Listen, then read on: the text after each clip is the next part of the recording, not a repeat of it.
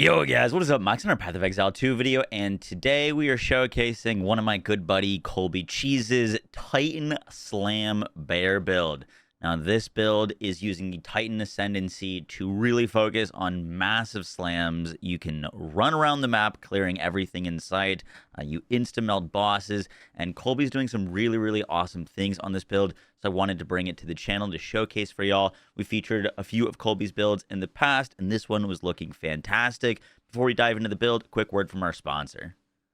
Today's video is sponsored by Rig. They just released their brand new headset, the R5 Pro HSs, which is the first product in their R5 headset line. And this headset is officially licensed for PlayStation, but it's compatible with all consoles. I've been using mine on PC. Now, what sets this headset apart from the rest of the competitors is its 40mm graphene drivers that deliver high quality audio with only 0.5% harmonic distortion. This headset is also optimized for Tempest 3D audio. When used on the PlayStation 5, you're gonna experience immersive spatial audio that'll be accurate for a 360-degree field, giving you a competitive advantage knowing where other players might be. One of my favorite features of the new R5 Pro HS is that when you lift the microphone up, it will auto mute for you, so you never need to worry about if you're muted or not. If the headset is up, you will be muted. Lastly, this headset has memory foam ear cushions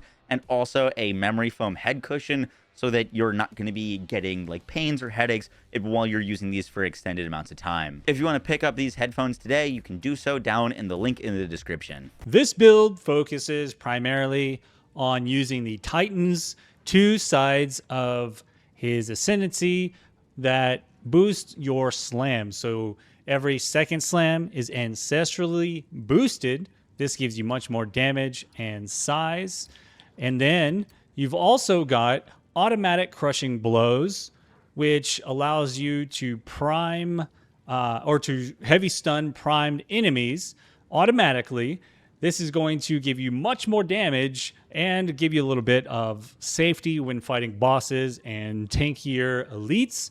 And then the brand new Mountain Splitter, which they added this league, that allows every third slam to create fissures to the forward direction and to the side directions. This is where we get massive map clear on our rampage as well as our normal bear slam. So essentially what it looks like is this. Let me show you the mechanics. Oh, one more thing. This is obviously not part of Titan, but I'm going to show you real quick a very important part of this build, something that makes the quality of life go through the roof, and it's taking this specific node right here, Roaring Cries. War Cries have a minimum power of 10. So watch what I'm about to do. I'm going to go ahead and use my War Cry. Bam. Look at the rage bar. It goes all the way up to maximum, and in addition to that, you can see that I'm able to immediately pop the Walking Calamity, which requires an overcharge on maximum fury in order to proc it, and that's with no enemies around me. Normally you have to shout while enemies are around, or you have to auto attack, but from zero rage I just simply do one War Cry and I'm ready to go. And at that point I can start to do my rampage. You'll see the rage bar drains down, and in the middle of a fight I'll simply do the same thing all the way over again. I've got Echoing Cry on the War Cry, so it empowers 6 attacks with my War Cry. So if I wanted to spam my slam a couple of times, you'll see that you know, on that third slam there, it actually goes much further. So there's this one, and then the third one. Do you see that? Boom. That's just going to continuously go even further and destroy mobs from where you're at and probably a whole screen and a half away, which is very nice whenever you need that safety. So the general mechanics of the build are going to be that the majority of your damage is going to be coming from Rampage. The damage from Furious Slam is nowhere near as comparable as Rampage, but you will be using Furious Slam quite often because it does end up being very useful. You'll notice that the loop is I'll use my War Cry in order to get my rage up to maximum. And then since I'm already in the standing position, I'll Furious Slam, sometimes up to 3 times because of that triple slam that you get, and it'll help clear anything around you.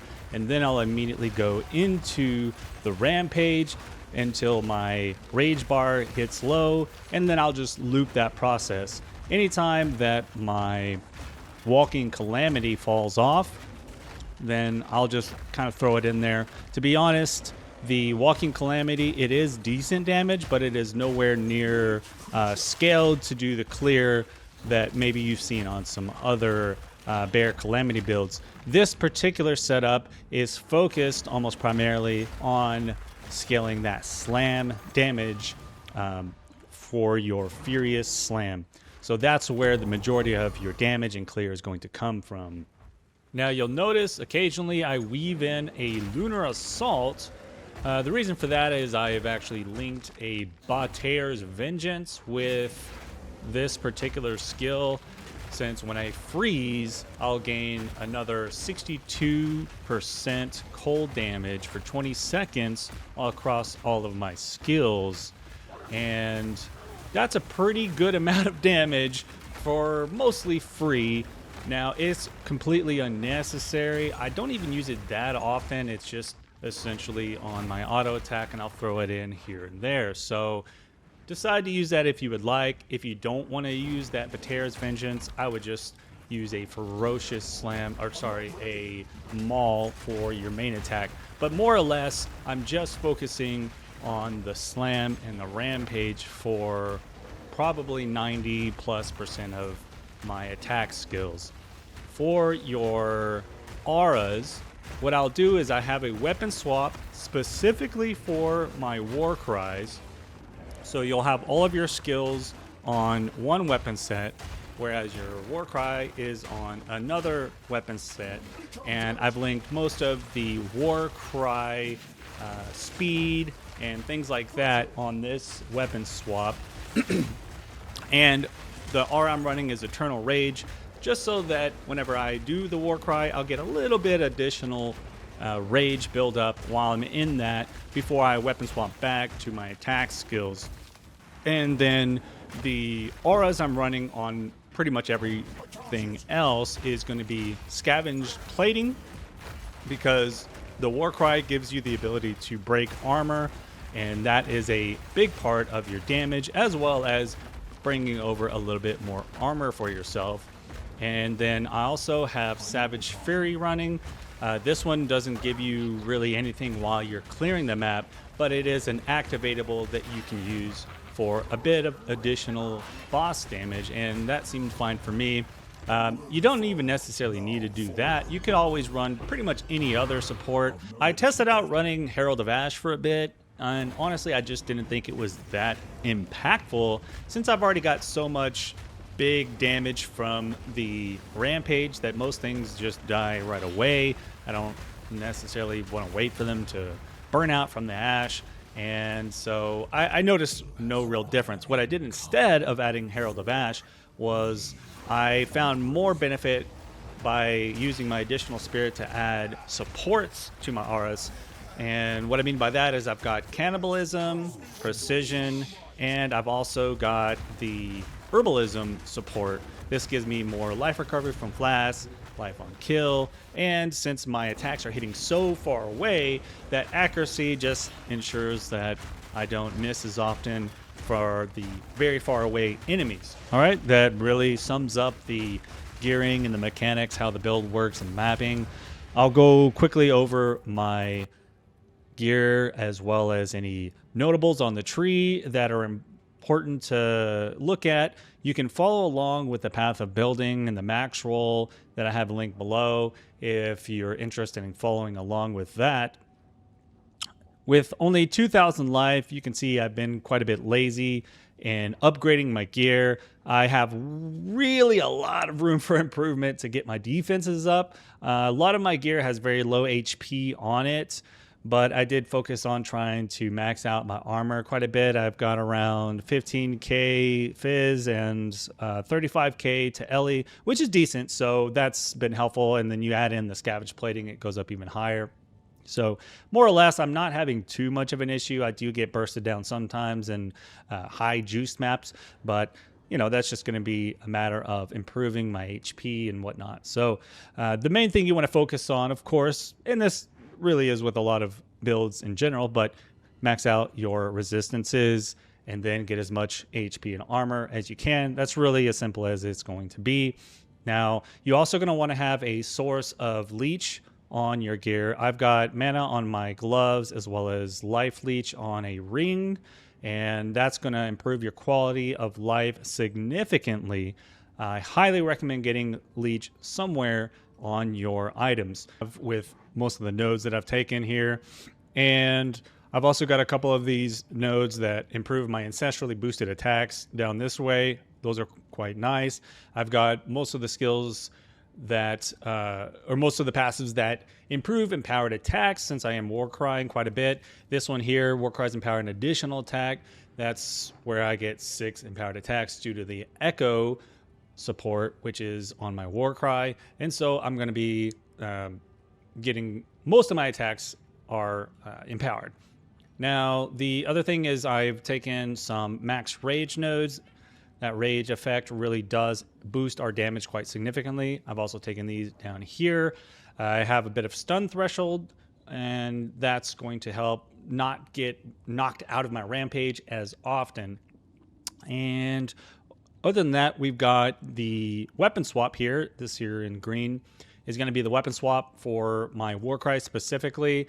And the thing you want to keep in mind is that your Warcry, after you swap back, I don't think that any kind of damage nodes are going to snapshot. So the main thing you want is just Warcry speed on your weapon swap. And that's what I've got here. Weapon swap, anything with like Warcry speed on it, so that I can very quickly Warcry and get back into my rampage.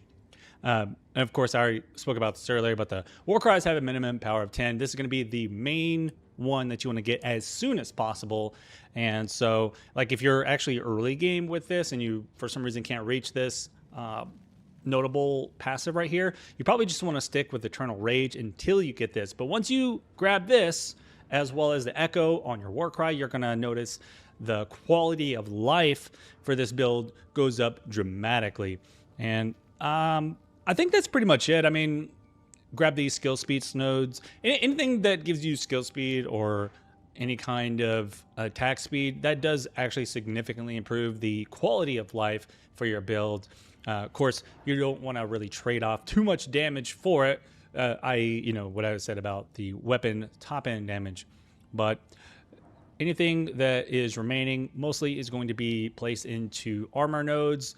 Obviously, survivability is in some cases damage, because if you're running around scared, you can't sit there and rampage on top of enemies. So that's it. I'm sure there's going to be a lot of improvements to this tree and into my gear as I go along with the build, but this is more or less just a starter. I kind of just rushed to the Arbiter so I can get those rare tablets and start to juice some maps and buy gear and upgrade. So I'll let you guys know in the future if I make more upgrades to this, but hopefully this at least gets you started in what I think is one of the more fun slam builds.